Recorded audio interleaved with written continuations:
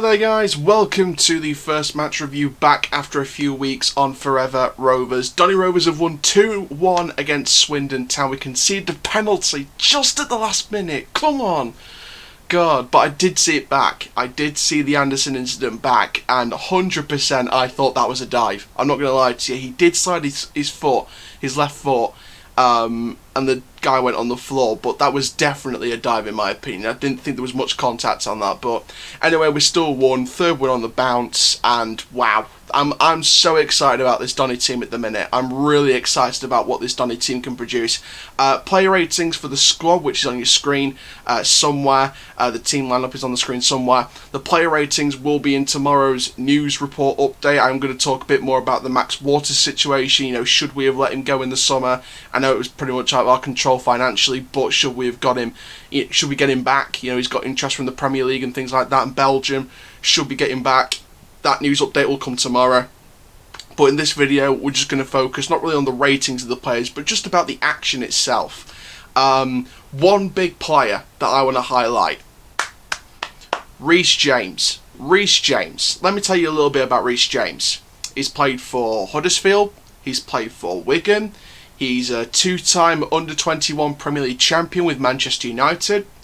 And now he is the League One's version of Gareth Bale, or if you want to go even further, he is the Cafu of League One, as the title suggests. Reece James can play. He's more versatile than a transformer. He's got more versatility than Optimus Prime in his foot transformation stage. He is an amazing player. He's such a versatile player. He can play on the left, he can play on the right, he can play in defence, he can play on the attack.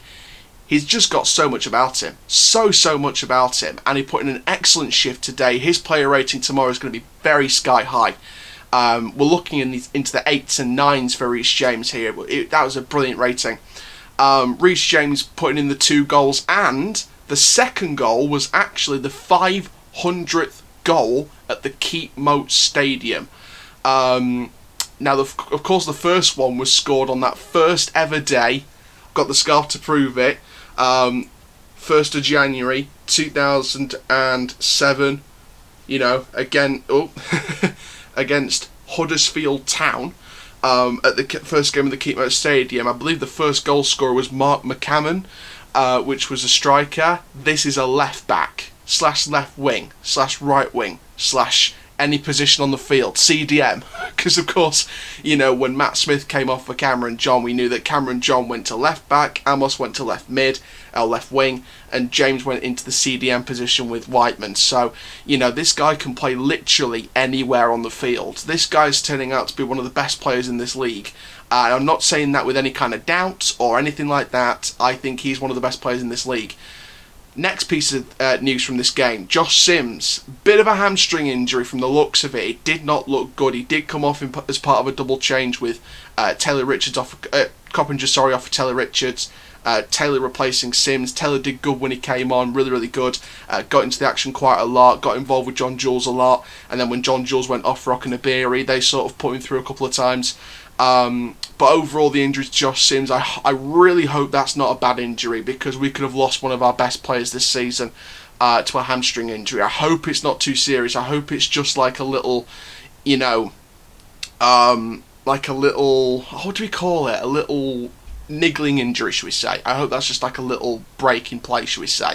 And hopefully he might just get rested for the Burton game and then come back for the next one after that, because if I'm being completely honest, Burton are in the relegation zone. I think they've drawn today, so in my opinion, I would rather rest Sims for a relegation team than rush him into the Burton game and get him injured and lose him for a couple of weeks, a few weeks, a couple of months, that kind of thing. So I would rather rest Sims for the Burton match if it is like a whole week rest, shall we say. I'd rather rest him for Burton than rush him back. So hopefully it's not too serious, and hopefully we get more updates before we do the video tomorrow talking about Max Waters, because we are going to talk about a lot more subjects, like the press conference reaction to this game, the fallout from this game. We'll hopefully have an update on Josh Sims in the next 24-48 hours, hopefully. But overall, I hope that it's not too serious. But before he got the injury, he was actually playing really good. He was getting straight involved. There's nothing that man can do. Nothing that man can't do, to be honest. And I think that Josh Sims already is looking like one of the best wingers in this league. Ben Whiteman, captain, led from the midfield, absolutely brilliant. The first half in general, I think with Rovers, it took about half an hour to get into our stride. Swindon aren't no mugs. It's not like EastEnders where you got Phil Mitchell in his pockets going, "You're right, you bunch of mugs." They're not mugs. They're not mugs. Do not take them for mugs. They split us open a couple of times, quite a few times, in the first half, especially in the first 30-35 minutes. Then the last 5 minutes of the half, including the added time, Donny Rovers came into their own. We split them open. It could have been 1 or 2-0 with a couple of chances. And the end of the game was pretty much most of the second half, or at least half of the second half, because for half of the second half of the first half of it, we just got on goal. We got on goal. We kept attacking them, and Swindon just didn't have a reply. They tried to come back at the end, but they didn't have a late reply. They did have the penalty, which was scored, but they don't have a late reply for an equaliser. So overall, they tried opening us up, we tried opening them up, we tried, they tried, we ended up getting the best end of it. So obviously you've got to look at the next games, what's going to be happening now. Obviously we've got Burton coming up, Shrewsbury's coming up, and then we've got, I can't remember actually who we've got next. We know Burton, then Shrewsbury, and then there's someone else. Comment down below if you know already. But what can we do against Burton? What should we do against Burton? We need to do exactly what we did, but be more ruthless. Take advantage of the fact that Burton are in the relegations and they're like, I think they're third from bottom at the minute? Third or second from bottom?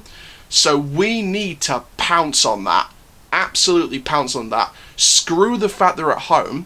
We need to pounce on that and show that we are no walkovers to relegation sides, because the next 2-3 games, including this one, were against relegation opponents. If we win the next 2 games, we could have 5 wins in a row, and then we can make it 6, 7, 8, 9, 10. The consistency will follow. The consistency will follow. And we need to get the win against Burton. And I'll preview that the day before the game, or I might preview that the morning of the game, depending what time the kickoff is. If it's 3 o'clock kickoff, then it'll be the day before.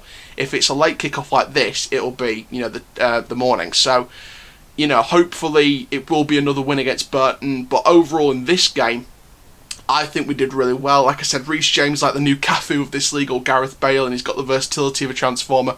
Whiteman, captain of this ship, set sail, ahoy, new land, and the new land is of course the championship. Coppinger, he put in a physical veteran performance, but he had to come off obviously, so Richards came on and brought some physicality in that second half. John Jules, I think he was struggling a little bit. There was one opportunity, especially in the second half, where I think he could have passed it off. I think there could have been a pass to someone else, but he passed to John Jules, and unfortunately it didn't come off. So I think there should have been better distribution of that kind of play, make more of the right options, and we could steamroll Burton. Not going to lie, we could steamroll Burton. So it's going to be interesting. It's going to be a watch, and we're going to see what happens with it. So thank you very much, guys, for watching this match review. Stay tuned tomorrow for the news updates, the player ratings, all that good stuff, the fallout with the press conference from Darren Moore as well. And for now, guys, my name is Forever Rovers. Thank you very much, and that, my friends, is full time.